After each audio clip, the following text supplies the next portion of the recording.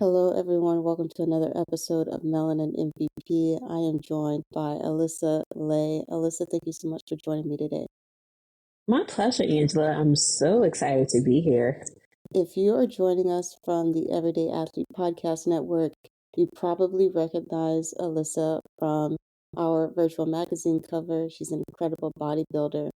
But today we're not here to talk about how much she can bench press and all those Which is great very things. little, by the way. Bench press is my weakest bodybuilder movement, Lord have sadly. mercy. Of course, I recognize that. Intuitively, I'm aware. But today we are going to talk about the other ways she gets in body movement, specifically with running and cycling. Alyssa, you've done an incredible cycling journey. You retraced the 1928 cycling route from Harlem to DC.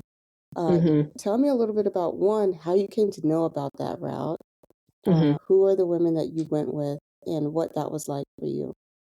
Yeah, so I came about that route because my good friend Keisha Robeson, who I know from high school, we're really good friends. We did track in high school. And after we reconnected, like a few years after college, we just always stayed in touch. And she would always share her ideas with me. She started the Major Knox Adventures. Most people are familiar with Major Taylor, the gentleman that's really famous for cycling.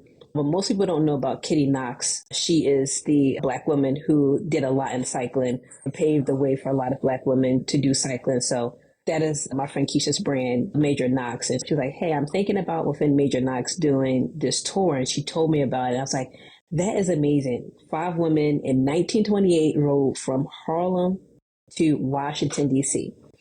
And so she was like, okay, you think people want to do it? I was like, yeah, I think people want to do it. She didn't ask me first. She was just asking my opinion of it. I was like, yeah, people want to do it. And she's like, would you want to do it? And I was like, okay, I don't see why I can't. If you've read the article, one of the things that you've read about me is that I've considered myself a lifelong athlete. Love moving my body. I love working out in some capacity. And this was another avenue for me to do that. Now, mind you, the 1928 Legacy Tour is a 250 plus mile bike ride. I have never rode more than 10 miles straight before this point. I was like, yeah, I'll sign up. So you can kind of see the pattern of a little bit of crazy in there of like the bodybuilding and thinking I could just do a 250-mile bike ride. And when I thought about the 1920 Legacy Tour, I was like, okay, if they rode their bikes in 1928, wooden frames, not having Gatorade and stuff like that, I can do it with a steel frame and all the bells and whistles. And when I started doing the actual training and the actual tour, like the spec level just grew by tenfold. So I'm like, how did they do this? Like I'm struggling and I got all the bells and whistles and I got a crew and I'm getting honey stingers. And I'm like, how did they do it? So much respect. The 1920 Lexi Tour, the first bout of it was in 2021. There was 5 riders, and then we had a bike riding group in Philly join us. The Queens Ride Together. So they're a group that rides in Philly. So they met us in New York, and they rode the tour from New York to Philly, and then we made the rest of the way. And my main goal was to not be the one left behind. That was goal number one. Do not be left. Do not be. Not say the weak link, but like I didn't want to be like, oh, Alicia's in the back again. Like, oh, we gotta stop for Alicia. It was so that was my main goal. It's like you have to do whatever you can to not be the reason why. Like we're not making our time and our marks and things like that. That sounds like a good goal, especially for a 250-mile ride. With a certain team, and we just had a really good camaraderie.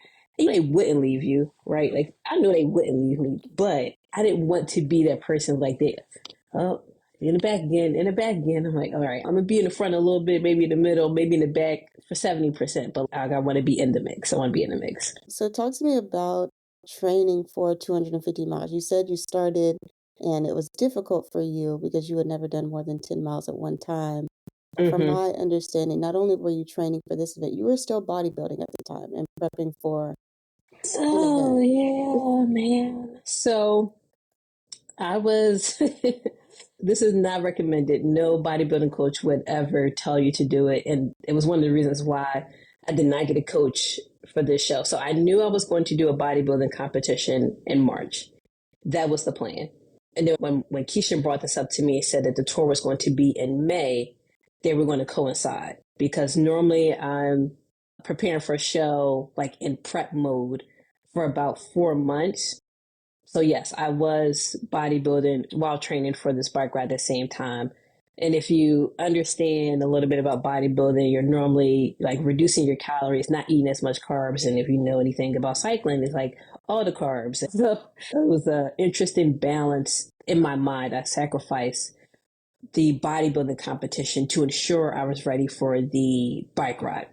Because again, I wanted to be prime and ready and not be left behind for the bike ride. I was like, okay, if this is what I want to do, how can I still do my best as much as possible, but do better for the bike ride? So I started prepping for the show in October, which is not normal. It was like 6 months out when normally I do 4. So I tried to get as lean as possible ahead of time. So then when the bike ride training, which was the end of January, so when that ramped up, it would affect my physique, but hopefully it was not where I wasn't out of the running for the competition that I did. So yes, not something that any coach would recommend. I didn't have a coach at the time because I knew my coach would be like, you can't, you should not do both. One is going to technically suffer. But I will say, when I did compete in that March show, I did win my class. So, you know, Slight flex. Slight flex. slight flex. Slight flex. Didn't win overall. And I was like, dang it, if I was focused and lean for this shot, I probably could have won overall. But I did win my class. So, I'll take that. Okay. We love it. So besides trying to indoctrinate me to ride this route in 2028, Listen, 1928 Legacy Tour, 2028, 100 years. This is just going to be so monumental, and I am so excited to do this again.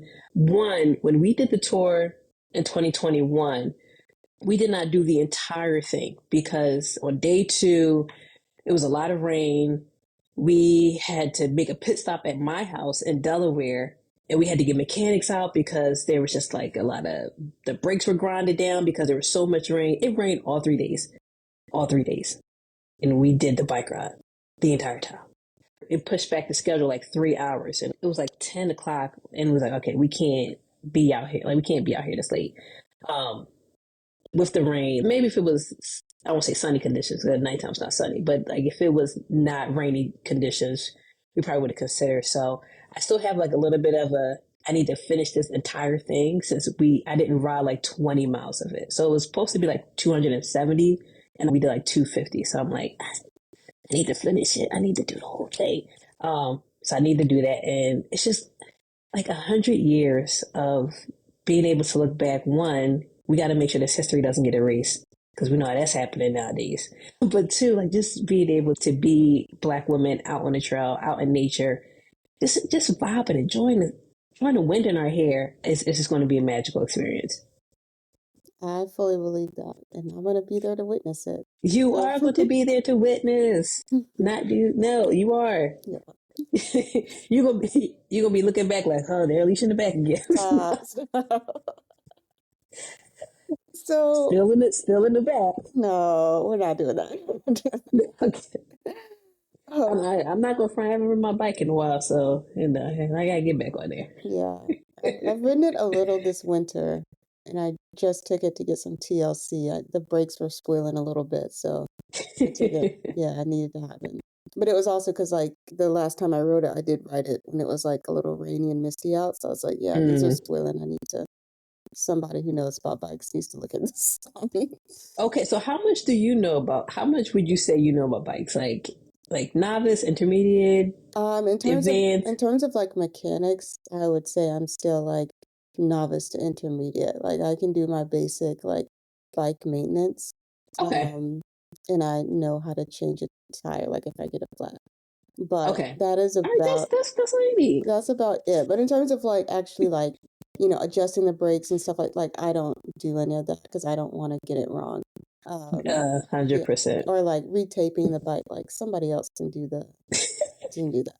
That's There are fine. certain things that we're going to pay for convenience, and I agree with you, Angela. Like those are one of the things. Like I will change the tire out, wipe it, but those things, spokes, they're like, oh, you have to be what? Mm-mm. No, thank you. So sorry. Um, I will say we do have mechanics that are with us, so yeah. just putting that out there for individuals thinking about it. It's mechanics out there. We got crew. We got lots of snacks. Good, good. So besides biking, what other ways do you move your body? Because from what I understand, you're also a little bit of a runner. Is that correct? I am more than a little bit, another slight flex, but I've been running since I was a kid. Like, I love running. It's just a way for me to get from one place to another fast. And I'm one of four children with the same mom and same dad. I have two younger siblings who have different moms, but when you're one of that many, for me, I was like, I need a way to stand out and like being athletic, like being like, oh, she's the fast one. I'm like, okay. So now I'm like getting something that like is attached to me. So I'm like, okay, I can be fast and I love to run. Um, Now in middle school and high school, it was sprinting.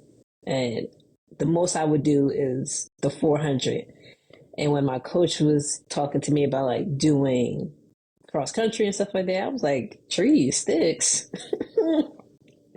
You see this ring, this track, this is what we're doing. We're not doing the trees and the sticks and the dirt. I don't, no, thank you. And then in college, I did not run for any team sport. I just would run. That's when I started running outside. I was like, oh, this feels different. It didn't have the stress of sprinting. It was just relaxing. It was really a way for me to clear my mind. And I really enjoyed that. And so I continue with that. And would do it as part of like my bodybuilding regimen, just a way to move and stay in shape. As part of the 1928 Legacy Tour, Rebecca and Kelsey of Dirtbag Runs, they reached out to me and wanted to do an interview about the 1928 Legacy Tour. And I was like, cool, yeah, let's do an interview. Love talking about it. And then after that, it's like, hey, we're thinking about doing a break off from Dirtbag Runs, specifically focus on getting Black and Indigenous people of color into trail running. I was like, trail what? Trail running. I was like, what? Okay, so what is trail running? I'm like, I don't know. I'm not familiar with that. Like, I know cross country was trail running. Running in the trails, like, Black people don't do that. I don't know any trail runners. A lot of people just running out in the woods. That just sounds like the title of a scary movie. It doesn't seem to align with what I'm used to, but they convinced me. And at that time, that's when I found out that I was pregnant with my twin sons. And so I was like, hey, I'm all about getting Black, Indigenous, people of color out there into nature, getting exposure, moving their body. So I will support this. I don't know how much I'll be able to do physically because I think the race that they wanted to do was in November, and I would have just have given birth to my boys in August. So I was like, I don't know how much physically I can do, but I'll be able to get the word out. I'll be able to help with anything else. And so in our first year of what we call Dirtbag Runs, we were able to bring about 20 Black, Indigenous, and people of color to Rose, Texas for the Dino Valley Endurance Run. And the distances ran from 25 miles all the way up to 100 miles. So we had individuals that were running each one of those segments. And I did the 25. So you may be doing the math in your head, like, okay, you gave birth in August, you ran this 25K in November. Like, yeah. So after the doctor was like 6 weeks, you can run, I started training for it. And I was really fortunate and blessed that my manager at the time, her husband was a like super endurance runner, like doing 100 milers. And when I told her about it, she was like, my husband actually does this all the time. He can write a plan for you. So execution, I was like, hey, if you give me a plan, I'm gonna stick to it. And I stuck to the plan. And when I did the 25 in November at Dino Valley, like I completed, I finished it. And I was so proud. I was like, look at your body doing amazing things. Like, look at us out just running around with trees and branches and falling on rocks and stuff like that. Like, look at this cliff. I was so proud just because I came a long way and it was hard I just kept pushing, and I had on a GoPro, and so I was just like talking to my sons, like, "Hey, mommy's doing hard things, and this is just an example. When you see these videos, when you see the footage, I just want you to know when you're thinking about doing hard things, you can do it. Don't give up." So talking to them helped me out through that process, and then we did another run. I got the opportunity to run in Colorado, and that was, but the minimum distance was 50K. Okay, so it's first time running 50K. This was my first ever marathon. You know what's interesting? When I told people that I run, they're like, "Oh, you want to do a marathon?" No, marathons are crazy. Marathons are for crazy people. And then here I am signing up for a marathon. I'm like, how do you, people rope you into these things? I guess it's kind of like how I'm roping you into the 1920 Legacy Tour. Okay, that's probably how it is. But what really roped me into it was two things. One, it was going to be like essentially all expenses paid. And I was like, okay, Colorado, running for free. I can get down with that. And then two, I just finished the David Goggins book of You Can't Hurt Me. Those two as a combination was just what. And then actually, one last thing, I told my husband, I was like, "Do you think I can train for this like in about 3 weeks of 50K?" He was like, "Sure, why not?" Dangerous. All three of those things were very dangerous. So I trained, like I ran sporadically, but it was like again running long distance was not really my main thing. I was still doing like heavy weightlifting, so I had to put my mindset in a place of training for 50K, and I had about 3 weeks to do it, and I did it, and I was the last one to finish. But you But I finished. finished. Exactly, I finished, but it was, oh man, it was insane. It was insane. So I was just talking to someone, and they were telling me that I think less than 1% of the population does a marathon.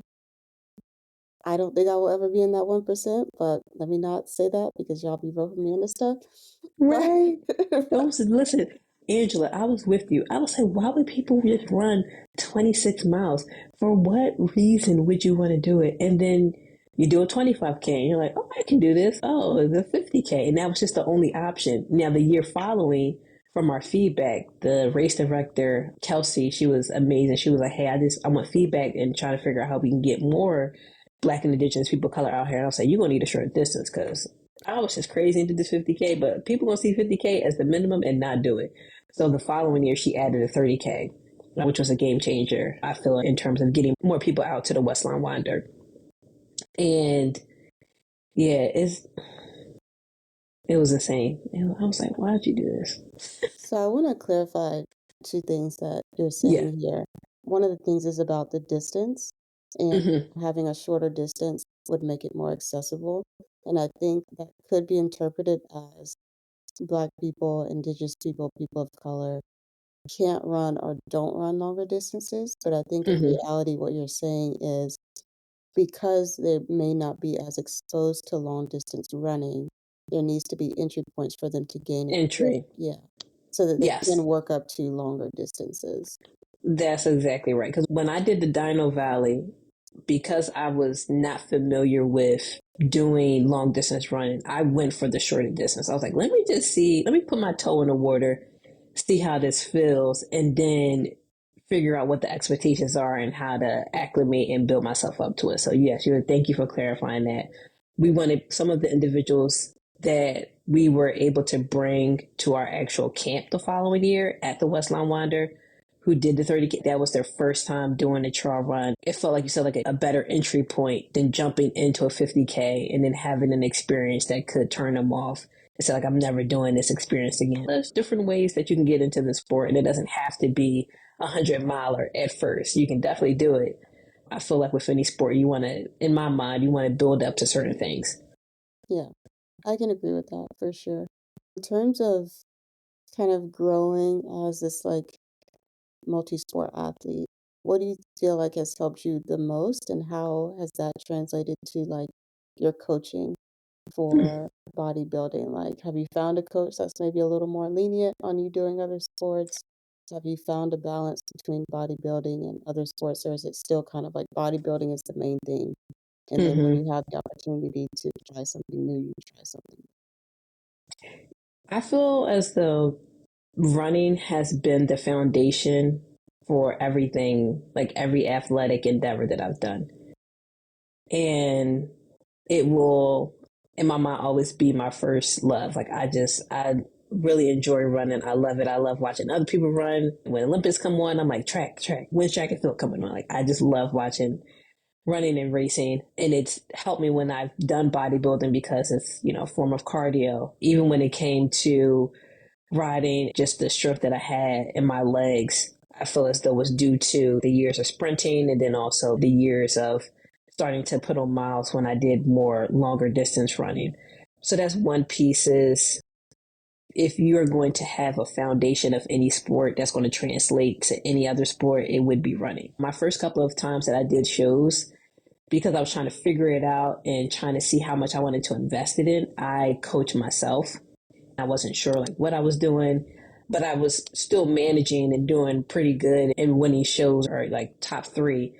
But then I looked into a coach and just the accountability and at least for me, not wanting to let this coach down. Like, okay, I got to do this workout. Like, it wasn't even about money. It was more of like, okay, now I have someone that's like, what's your weight? What's your measurements?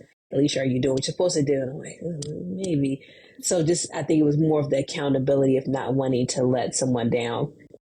I'm a huge fan of getting a coach in different aspects of life, whether it is bodybuilding. I work in the finance field, and so I tell people if you need a financial coach or financial advisor, like get someone to help you. There are certain things in life that you need the help with, and to try to figure it out on your own when that's not your 9 to 5. Just like we said, like we don't have to figure out how to fix a bike. Get some help. If you don't know how to use the machines in the gym, get some help. If you're not sure if your form is right, get some help so you don't hurt yourself and you're putting yourself in a better position for the long run.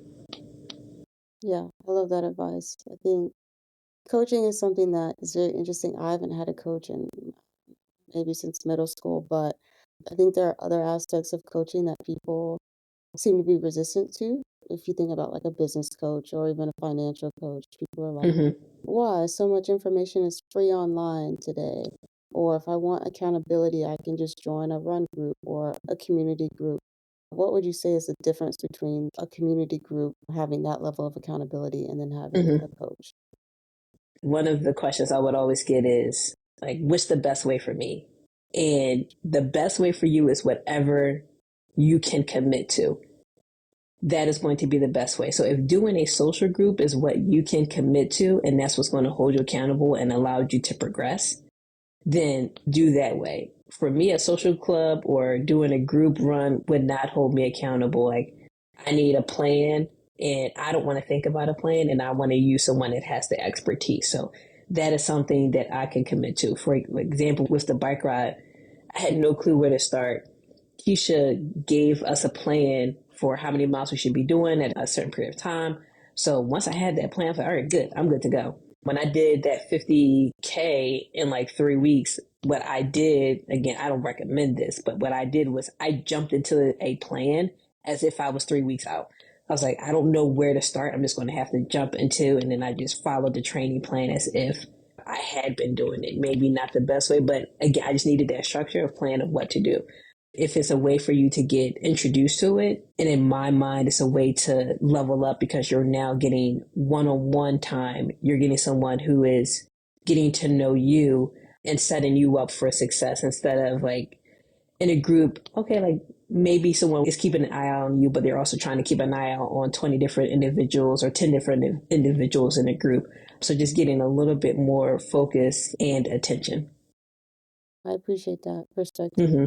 Now, do I do it all the time? No, because things cost money. You got to figure out where your money is going to be aligned to. And it was one of the things I talked to Jason about was I didn't really start investing in myself sports wise until I got a job. Because before then it was like, got the funds to do this. But once I had the money to do so, then that's when I was able to invest in it. But if you don't have that, again, like you said, there's plans on YouTube. Find someone that you align yourself to that has some of the morals and values that you have, and it can help you be successful in that way until you go to the next level. My first bodybuilding show, I got my plan right from the internet. It was a generic plan that the person didn't know me, I didn't know her, but I found something that was like height and weight, and I went with it. But when I got my coach, we tried things out. And things didn't work immediately because she's like, I'm trying to get to know you, you're trying to get to know me. And then as we progressed, it got better and better process of trying things out to figure out what works. You're wearing a very interesting hoodie right now. It says "We Run Long." Can you It tell me a little bit does. about that organization? You alluded to it earlier, I think, but I want to learn more about it. Yes, I did allude to it a little bit earlier. Dirtbag Runs has now progressed into We Run Long. So instead of being an underlying of Dirtbag Runners, we're now our own nonprofit. So that was very exciting that that happened. And We Run Long, again, its mission is to get more Black, Indigenous, and people of color into trail running to make sure that we're acknowledging the lands that we run on because these are native lands and to have a space of inclusivity, whether your pronouns are she or her or them or they, whether you're trans, not like what we want you there and we want you and know that you're welcome in that space. So, and our first camp we had last year in 2023, that was at Westlawn Winder in Buena Vista, Colorado. So we had 25 Black, Indigenous, and people of color. They applied to be a part of the camp, and we had them there for essentially 3 days from Thursday to Sunday. Thursday was more of a travel day. Friday, we had sessions, and all of the speakers were either Black, Indigenous, or people of color. So that was really exciting. We're bringing these people in, but we're also bringing in speakers that they can see themselves in. So we had Evan Gill, who's known as the Black Sherpa, who's climbed all of the 14ers in Colorado. I met him when I did the Westlawn Wander the year before, and he was like, "You just did that?" And I was like, "Yeah." And I was like, "You a Black man out here in Colorado in these parts?" And then we just started talking. I was like, "You're doing some very great things." And then Christy Peoples was there, so she is the director, I believe, of Women Wilderness. That's also in Colorado. I may not be saying the organization right, but she did a lot of wilderness training for us. And then we had Coach Becky Croft. She's a running coach. So they were there with the entire time with us. And then on Saturday, we did the actual race, the 30K and the 50K. But then Sunday, we went about merry way. It was just an amazing experience of bringing everyone there, getting them to essentially get this treatment of like the red carpet. I'm not sure if you've done like the 5Ks or, the long distance runs, but when you go to those spaces, you don't normally see people of color. And when you're there, sometimes it's just like you don't even really get acknowledged. When we were brought with through partnership with Ultra, the running company, and through Freestone Endurance, which hosts the Westlawn Wander, the amount of help that they gave us and basically rolled out the red carpet, like it was more than we fathomed. Like they were like, "Oh, we're gonna do your transportation." I'm like, "Okay, you're gonna get get a school bus to like help bring," and they got like these fancy like limousine buses. I was like, "Oh, okay, it's nice." And then like all of the materials that they had, like, "Hey, we don't know who has the right running shoes or not, so we're just gonna get our right running shoes." It just made it so you had one less thing to worry about. So all you had to do was running on being in the moment and being available and enjoying the experience. It was an amazing experience. And every time I think about it, I just think about like how amazing that experience was. And if you want to see a little bit of that experience, it was documented and it is in the Trail Running Film Fest that Brooks is hosting. So if you go to Trail Run Fest, it's hosted by Brooks. It's in 100 different cities. So the videographer who was there videographing us, he submitted the film for the film fest. And so it's one of the 6 films that are being presented this year. Now, if you're interested in the film and you're not in one of those areas, there is going to be a special screening. Rising Hearts is going to be doing that screening. So if you go to Instagram and follow We Run Long, or if you follow me under Queen underscore the underscore Mom Sheen. So instead of spelling machine, if you spell mom and then Sheen, you'll see information about being able to view that film. So it was really cool. Nice. I love that. I'm always a fan of a good film, so I'm excited that people are getting to see first Yeah. iteration of that camp. You guys are doing another one this year. Will you be going back to that same event or a different event? Yeah, so nice. We had to do it twice. I'm sorry, I'm so corny. But yeah, so ultra running and freestyle endurance were able to commit to allowing us to do the camp for a second year. I don't want to compare to the first year. We'll be a little different than the previous year. We'll have a little bit less campers and we'll be in more control of how things are done. So it will be slightly different, but it will still be at the same ranch. It was at Silver Cliff Ranch, and they were amazing too as well. Like all dietary needs were met, like from individuals who are carnivores all the way to the vegans. It was amazing, and we are going to be able to have 16 campers this year, so I'm excited to meet them. And yeah, that race is in September, so we're getting ready for that. We're ramping up for that. When I think about the ability for us to take up space, it starts with just having that conversation, taking that step, doing something you've never done before. We are in a time where we don't know what we're going to have access to from today versus tomorrow. So if you're thinking about doing anything, say it out loud, start saying it to people, connecting with individuals, because you deserve to be in that space. We all deserve to be in that space. And it starts with us, one, getting in those spaces to let it be known that we deserve to be there. So one of the mantras that we said during that camp are, we are here. So we're here in these spaces. That goes for not only trail running and cycling, but any other sport as well, or any other space, not even sport wise. I love it. Thank you so much.